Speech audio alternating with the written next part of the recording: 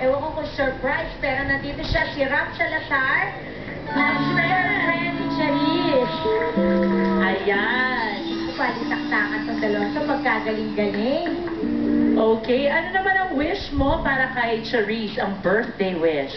Ate Cha, alam ko na natupad mo na yung pangarap mo, pero alam ko din na maabot mo rin yung pinakatuktok ng pangarap mo. At sana huwag ka makalimot, ingatan mo yung sarili mo. Alam mo, magaling to kumanta in between takes eh. Oo, bibigyan tayo ng sample ng dalawa, duet. Okay, Acapella. game. Okay?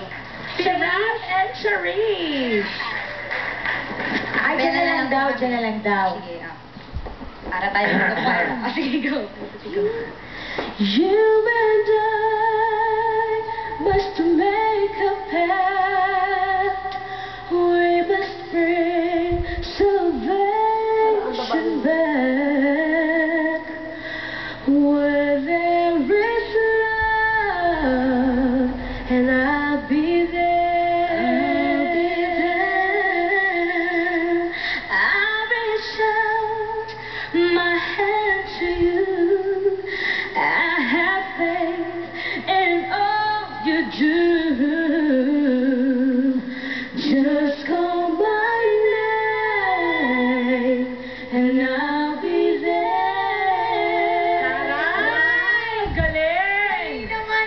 Oh, eto pa. Nako, ano naman ang wish mo, Mami, para kay Charisse? Maging mabait pa siyang bata. Oo.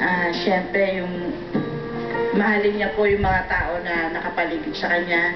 Kasi yung pa rin po ang magtutuktok sa kanya sa gusto niyang puntahan. Mami, may tanong lang ako sa'yo, no? Nagagalit ka ba minsan? Mahihayin na po si Mami, pero talagang pinapagalitan din po. Ah, talaga? Pinapalo ka pa ng mami mo? Pinalo ka dati? Dati po, syempre. Mga ilang taong ka nun? Natatandaan mo ba yun? Bata pa po ako mga 10, 11. Ikaw ba? Nakatikim?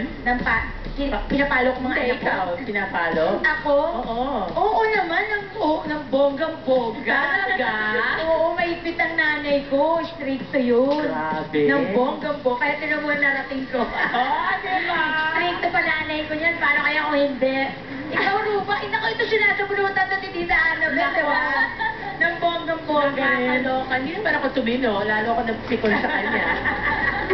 Sinakayas ako ng bakya. Sino naman kausap ko sa telepono? Ouch! Stop it, Mommy! Ouch!